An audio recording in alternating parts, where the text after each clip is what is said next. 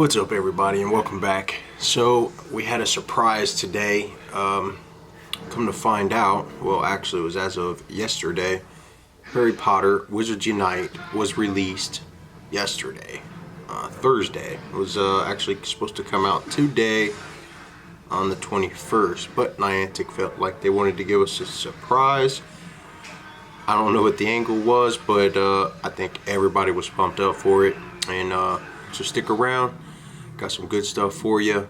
Been playing this game pretty much all day, at least since I woke up, so try to gather some information for you guys. So stick around, I'll be back.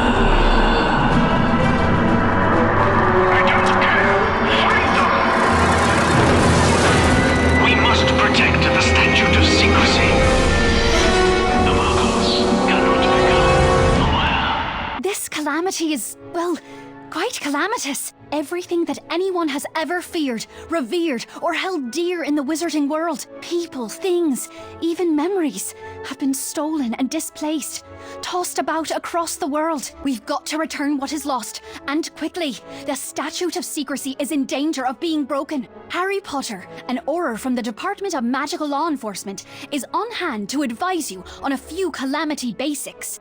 Alright. What's up, everybody? Welcome back. So, let's start off with this. Obviously, you're a level 1 wizard, and you're greeted by a Miss Constance Pickering, who works for the Statute of Secrecy. It's you as a wizard are now tasked with finding all the foundables. Foundables are things that are now missing in the game. Foundables are objects, persons, things, animals. It could be anything that are missing from their original place. Hello. Thanks for volunteering your help to the Ministry. I'm Harry Potter. Let's get started. Ministry have provided you a brilliant map designed to help find the missing objects.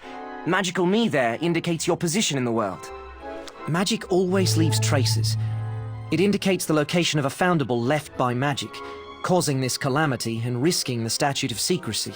Foundables are what we're calling the things that are missing. So your first foundable was Haggard, whom is stuck in a web, also known as a confoundable. It is up to us to remove the confoundables and return the foundables back to their proper places. Experience is gained by saving foundables and how well you cast your spells, much like gain experience off of great throws and curveball throws on Pokemon Go. Alright, so the registry. At first glance, it reminds me of a sticker book or a stamp book, but the registry captures the proof that a particular foundable has been discovered by you. So, like I said before, that foundable could be anything. A person, a thing, some type of object. I believe it even says memories. But we'll get more into depth with that later into the game. I ain't going to cover that tonight because technically tomorrow, or today now, is officially the release of Harry Potter Wizards Unite.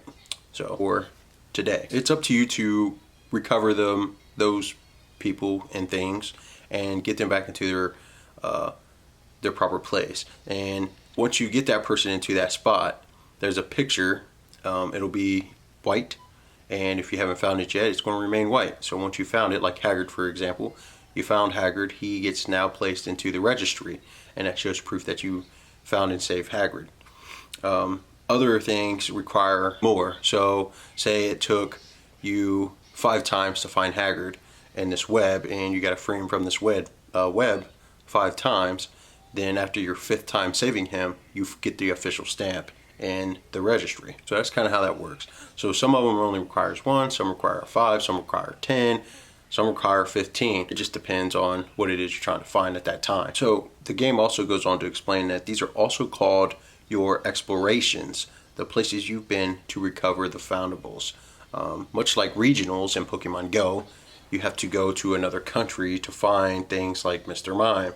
So here in the States, Mr. Mime is not here. He's not a regional here. He's across seas. So our regional here would be Taurus.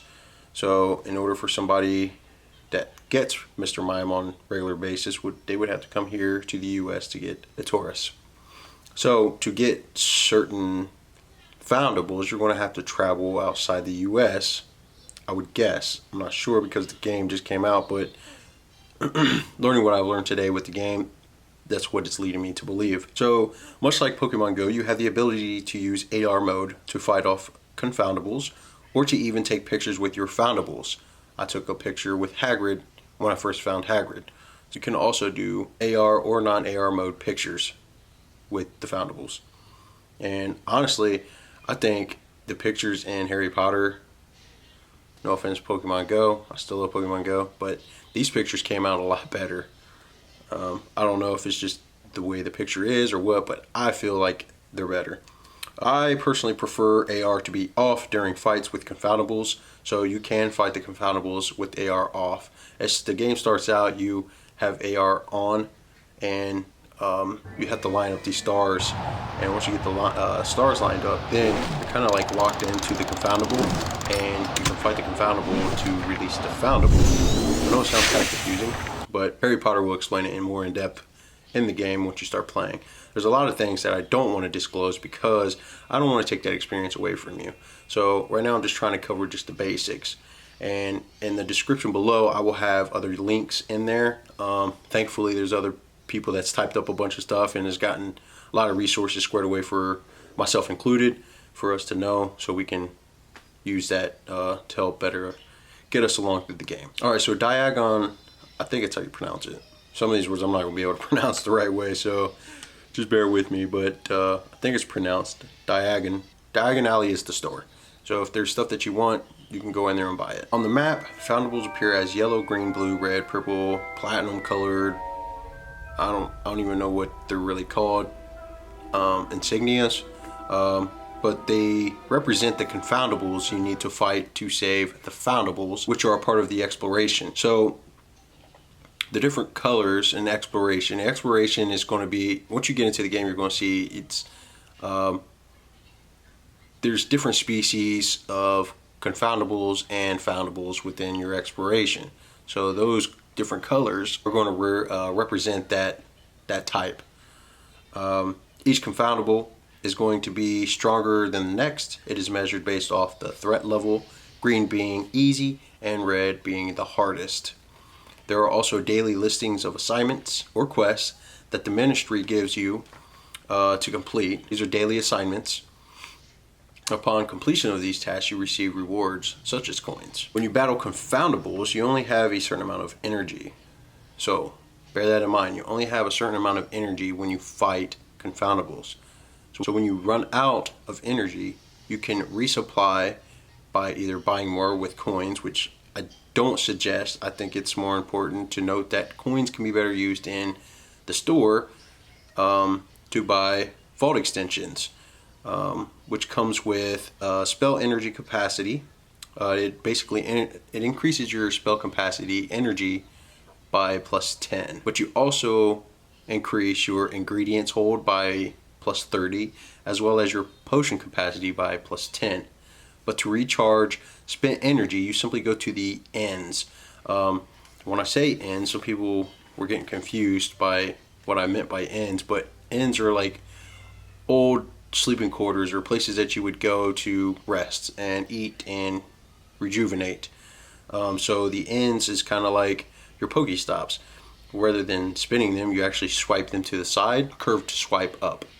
But these plates will spin around and start dancing and doing a little thing, and you'll get a meal, and certain meals give you a certain amount of energy. So for ingredients, you simply find them on the ground, as well as some potions, not like brewed up potions that are going to help you immensely within your battles, but just some to help create more recipes for better potions.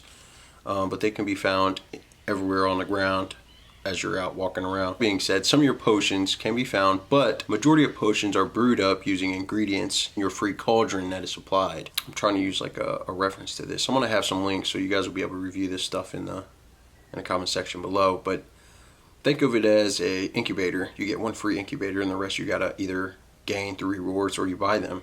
Well, the cauldron is given to you, but there's another cauldron that you can use that speeds up the process of brewing, but it also costs coins.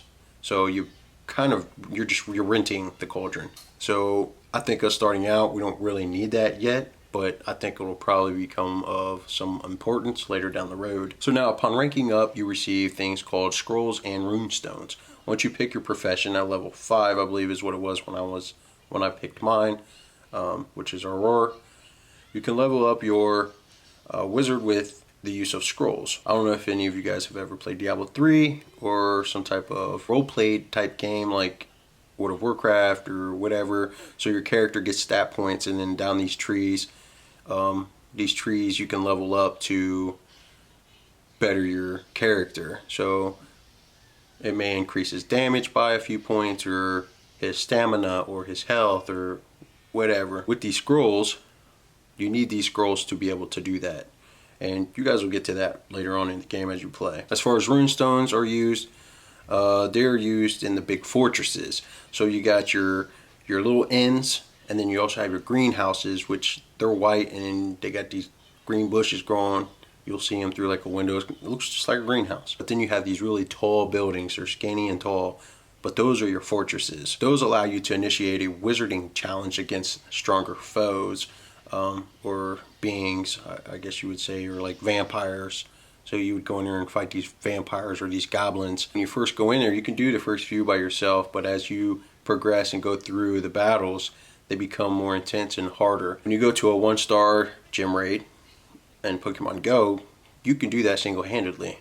But once you start to get to 3, 4, obviously 5-star, 4 and 5-star gyms, you're going to need multiple people to help you do it. That's pretty much going to be the same thing with how these fortresses work. Highly recommend getting with your local community, get on Facebook, get in that group, figure out their Discord, and try to find other wizards around you that can help you do these fortresses, because you can get great rewards from them. Okay, so the next thing we have, and bear with me on this name because that's a pretty hefty name, but it's called a Portkey portmanteau.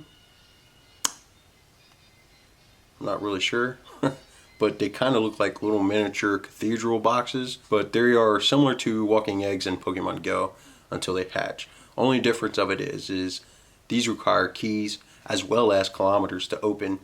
So you get 2 types of keys. You get a golden key, which you can always use, and, well, back up. So the golden key you can always use is similar to the incubator that you can always use. The silver keys can only be used once. You can have more than 1 key, and you can open up more than 1 portmanteau, but you may end up having to buy the rest of those keys. But those are silver keys, so you get the 1 free gold key. Once a Portkey is unlocked, you now have access to travel to special locations to return foundables only found there and that special location. And all this locations are different, which I'll have some examples up there. But like I said, I'm not going to put too much out there because technically the game comes out today. Some people haven't had a chance to play it, so I don't want to ruin it for everyone. So real quick, oh, and another thing to note is when you open up these Portkeys, it's like a portal. And we've seen some examples through some of the teasers, trailers that they've been giving out or releasing on Twitter. But you walk through this portal and it's just this room with everything in it, and it's really cool. It is really cool. But like I said, I'll have some examples on there. So back to the ends. Ends have a thing called dark detectors, which are kind of like Pokestop lures. Only Pokestops you can have only 1. Dark detectors give you a chance to have multiple detectors rather than just the 1. Like I said, with Pokestops you only get the 1 lure.